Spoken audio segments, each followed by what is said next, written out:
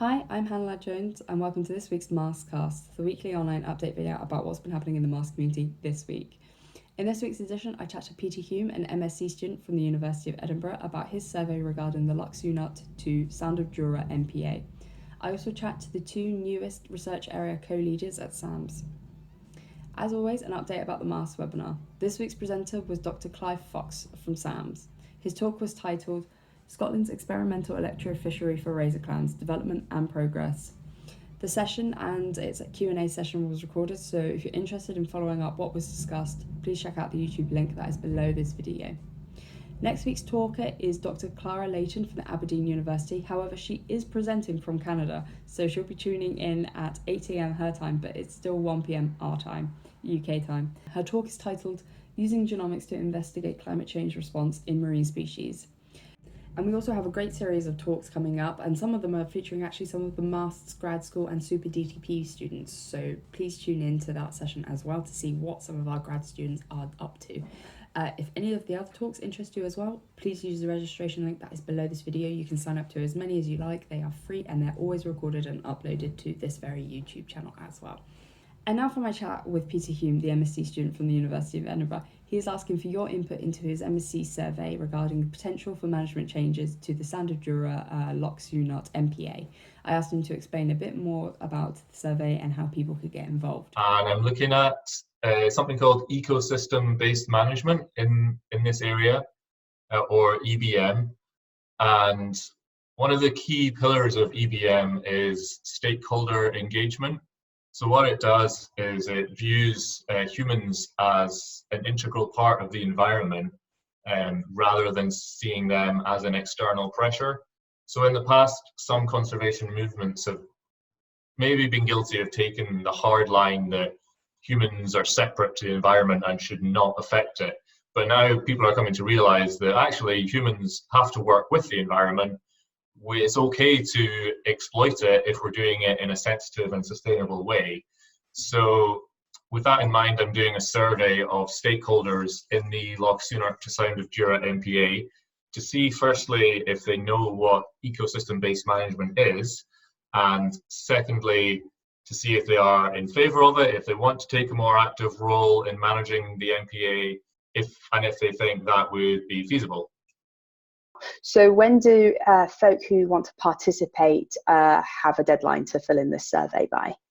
Yeah, obviously I've got a deadline for my dissertation later on in the summer, and I'm asking people to fill it in by the 22nd of June, which isn't completely set in stone, but if people could do it by then, that would be fantastic. Brilliant. If I could just add, if people are filling in the survey, if you don't like any of the questions or you're in a rush, any answers are better than no answers. Thank you very much, and good luck with your thesis, and I hope we get lots of MASTS participants helping you out on this. The link for Peter's survey and his contact details can be found below this video in the video description. Also this week on the 19th of May, we had the first SMMR programme webinar. It was hosted by Dr. Claire Postlethwaite from British Oceanographic Data Centre. She spoke about finding marine environmental data for social scientists. We had over 60 participants in the session with a Q&A session as well. And this was recorded and has also been uploaded to our YouTube page. So if you're interested in finding a bit more about this webinar, please check out the link for that. That can also be found below this video as well. As mentioned by Mark James, one of the SMMR programme champions in last week's MASTS cast, the announcement for opportunity is now live. If you want to find out more information, please watch last week's MASTS cast where Mark James explains all about the process, and also check out the SMMR website, which is linked below. And now for my chat with the two newest appointed co-leaders of two of the research areas at SAMS, Dr. Lucie Novoveska and Dr. Tom Adams. Hi Tom and Lucie, thank you for joining us and featuring in this week's MASTS casts. You have recently been appointed as the co-leaders of two of the three research areas at SAMS. Do you mind just telling us about what your research interests are and which research area you're representing, really? Okay, so my research interests. I guess I'm a modeler. I'm a kind of computery person working, I guess, on the edge of physics and ecology. So a lot of the work I do is to do with modelling parasites like sea lice on salmon farms is a key thing. But I also do a lot of other bits of work to do with dispersal and population dynamics of different organisms. And you've done some bits to do with MPAs and other things. And so, yeah, so I'm now joined as a co-RAL within the Dynamic Coasts research area. Yeah, so for me, I am Hannah. I'm very much an algae nerd. I love everything about algae. My background is more in the industry, so very much applied phycology. So we are looking at using algae for any kind of benefit. So it can be, I call it the beauty and the beast, where we look at the high value products from algae where we can benefit the society, but also the beast part of bioremediation, of treating wastewaters, all sorts of different kind of effluents and wastewaters to remove contaminants. And you recently joined the blue economy research area. Yes, right? yes, I did. So, yeah. So blue economy is one of the 3 research areas at SAMS. And what we try to do is we use sort of basic and applied research to improve blue economy and to benefit from the oceans, but in a sustainable way. So we are sort of leading the research. So we follow SAM's research strategy as well. So it is blue economy as what you would think it is. It is how do we benefit from the oceans. You know, it covers everything from aquaculture, and Sally was more on the energy side of things. So we really try to be as broad as we can be in the interest. Yeah.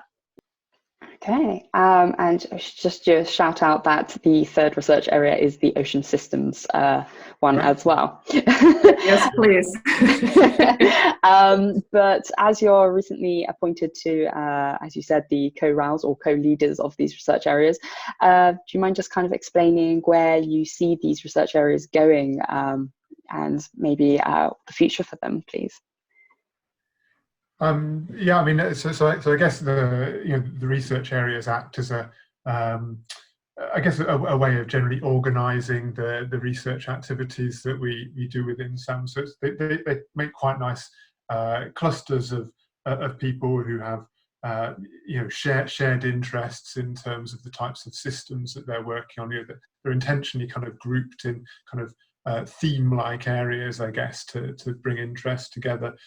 People aren't restricted to be in a particular one. They can kind of float between any or all of them. We've had a few different structures over the years, and this one seems to be quite a nice way of guiding the work that people do and providing an opportunity for more collegiality and short seminars and discussion groups. And I found it really interesting getting involved so far. Great to hear that, you're promoting the collaboration within the Institute a bit more. So yeah, everyone can get involved wherever their expertise is coming from. How about you, Lucie? As Tom said, I mean, it is really that we work better together and we're kind of all going towards the same goal. So if you have SAMS as, 150 people, it is kind of important that we're kind of aiming for the same goals.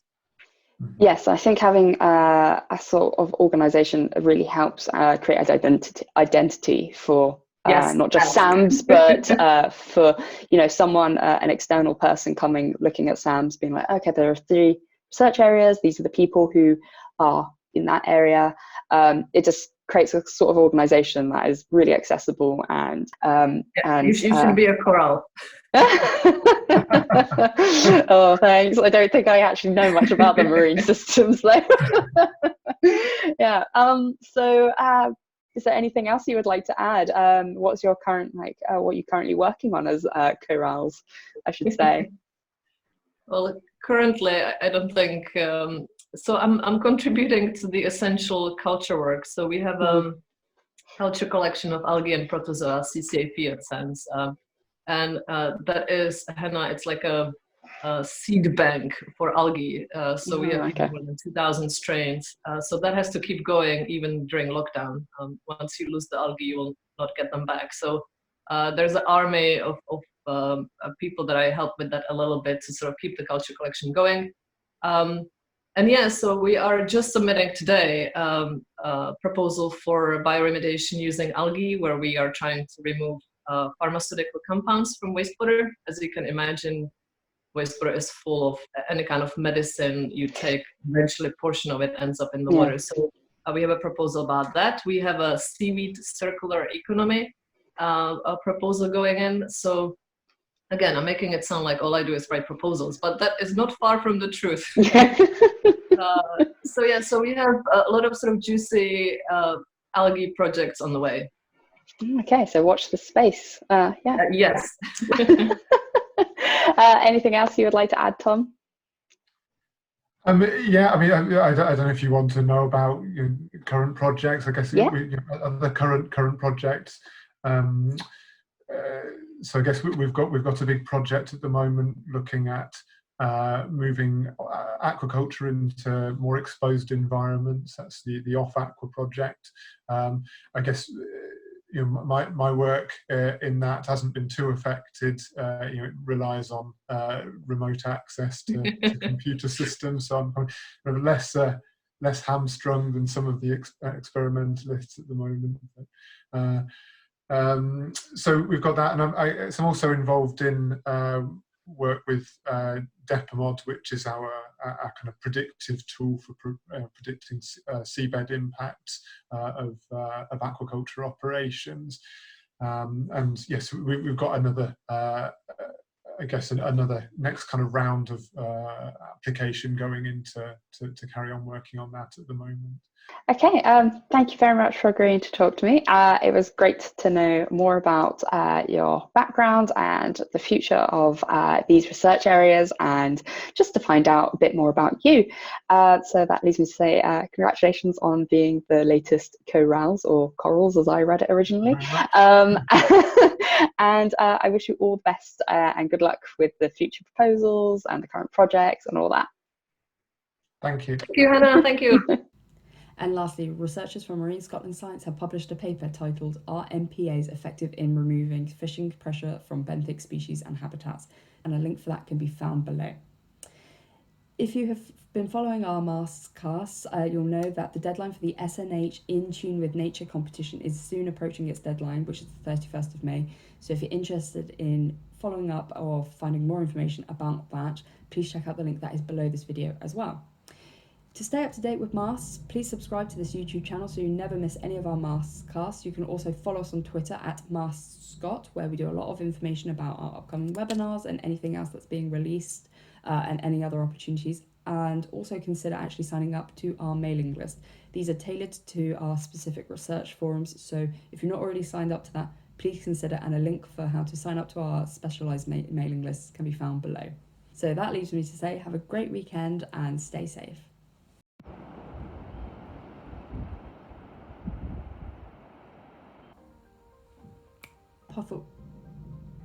Postlethwaite.